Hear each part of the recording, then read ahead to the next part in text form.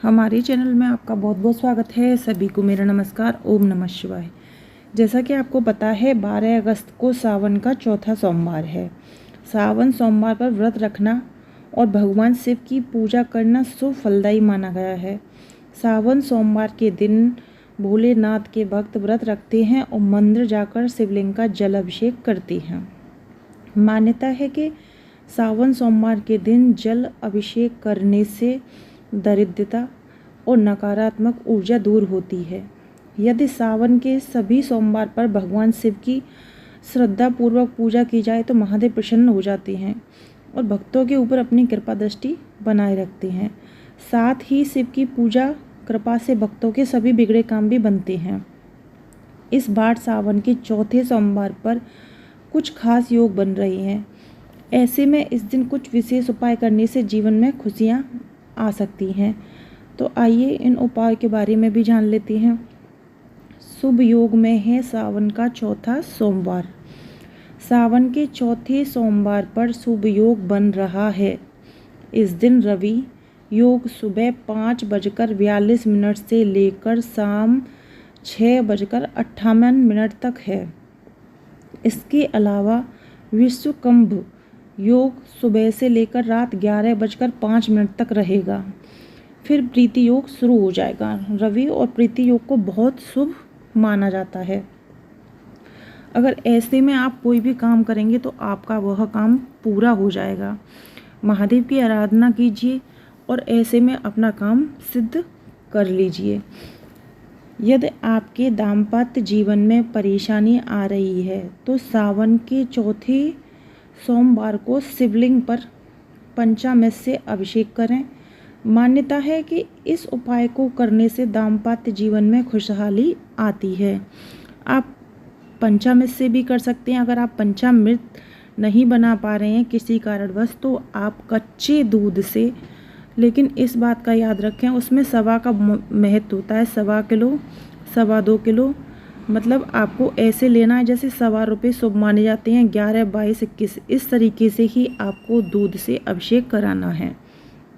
यदि आपके घर में आर्थिक तंगी चल रही है, कारोबार में नुकसान उठाना पड़ रहा है या नौकरी में दिक्कत का सामना करना पड़ रहा है तो इन सब समस्याओं को दूर करने के लिए आप सावन के चौथे सोमवार पर अनार के जूस से शिवलिंग का अभिषेक कराएं। अगर हमारे जीवन में पैसे की कमी है, तंगी है, कारोबार में घाटा, कोई भी हमारा काम नहीं बनना, हर चीज़ में हमें दिक्कत का सामना करना पड़ रहा है, हर तरफ हमें समस्या ही नज़र आ रही है, तो कहते हैं कि ये एक सिद्ध उपाय है कि आप अनार का जूस लाएं। चौथे सोमवार के दिन यह कार्य करें क्योंकि सोमवार सावन का तो हर देव महादेव को प्रिय है, लेकिन सोमवार का विशेष महत्व होता है। इस दिन महादेव की जो शिवलिंग हैं उनको आप अनार के जूस से अभिषेक कराने के बाद अपनी मनोकामना महादेव के सामने रखें। आपकी हर मनोकामना पूर्ण होगी और आपकी हर परेशानी दूर होगी। यदि आप अक्सर बीमार रहती हैं तो सावन के सोमवार पर रोजाना जल में काले तिल को मिलाकर शिवलिंग का अभिषेक करें। ऐसा करने से गंभीर बीमारी दूर हो जाती है। इसके अलावा अगर आप बहुत ही ज़्यादा बीमार हैं ये उपाय तो कर सकते हैं। इसके अलावा आप 2 उपाय और करें। अगर आप ज़्यादा बीमार रहती हैं या आपके घर में कोई भी बीमार रहता है, घर में किसी के लिए भी यह उपाय करें। यह भी सिद्ध उपाय हैं दोनों कि सावन के चौथे सोमवार के दिन आप गन्ने के जूस से शिवलिंग का स्नान कराएं, अभिषेक करें। कहा जाता है कि गन्ने के जूस से शिवलिंग का जो भी अभिषेक करती हैं उनकी बड़ी से बड़ी बीमारी दूर हो जाती है। और दूसरा उपाय यह है कि आप यह काम तो पूरे सावन भी कर सकते हैं और सावन के अलावा जो नॉर्मल दिन होते हैं उनमें भी कर सकते हैं। और सावन के चौथे सोमवार के दिन तो बहुत ही बढ़िया योग है इसका। आप एक शहद की शीशी लें और एक धार से आपको शिवलिंग का अभिषेक कराना है।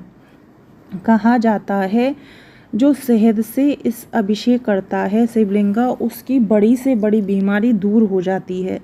यह तो बहुत ही बड़ा सिद्ध उपाय है। तो आप इन तीनों उपाय को करिए, आपके घर में कोई बीमार है या आप बीमार हैं, कोई भी बीमारी है, इन तीनों उपाय को करने से आपको जल्दी ही असर दिखेगा।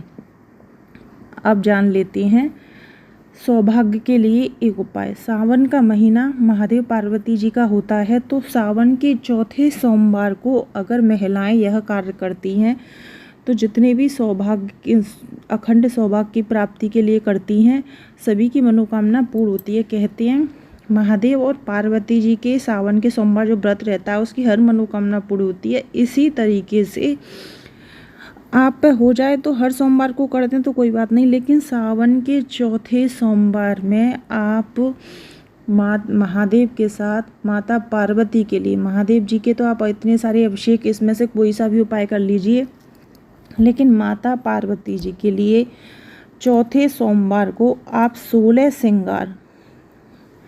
श्रृंगार में आप जो भी है ले लीजिए। लेकिन जैसे सिंदूर है, महावर है और बिंदी है, और आप चांदी के बिछुआ नहीं ले सकते तो आप कांसे के ले लीजिए। जो मेन 5 चीज़ हैं वो तो लेनी है। उसके अलावा आप कोई सा भी ऐसा सामान ले सकती हैं जो 16 श्रृंगार में आता है।